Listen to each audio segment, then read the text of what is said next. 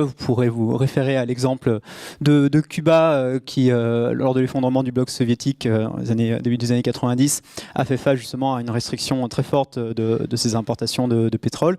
Donc la consommation du pays a baissé de 20%, ce qui s'est traduit par un arrêt quasi immédiat du système alimentaire industrialisé qui était celui de Cuba à l'époque. En gros, voilà, les rendements ont chuté de 30% pour certaines des cultures importantes de l'île, comme le riz, la canne à sucre, parce qu'en plus du pétrole, ils importaient donc des engrais, des pesticides et tout ça. Et voilà, un exemple qui illustre un petit peu l'importance du pétrole. En gros, les pénuries alimentaires se sont très vite fait sentir. La ration calorique moyenne a diminué de 1/3 au cours de cette période pour les Cubains.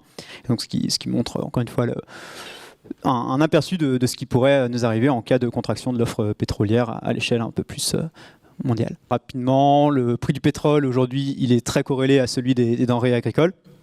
Vous pourrez retrouver ce genre de figure qui vous montre que ça varie en gros dans le même sens. Et si vous voyez, il y a 2 grands pics, là en 2008 et en 2011, qui correspondent à des émeutes de la faim un peu partout dans le monde. Donc évidemment, il y a un sujet qui est fondamental ici sur, en cas de nouveau choc pétrolier, comment on gère aussi ce problème de sécurité alimentaire à l'échelle mondiale.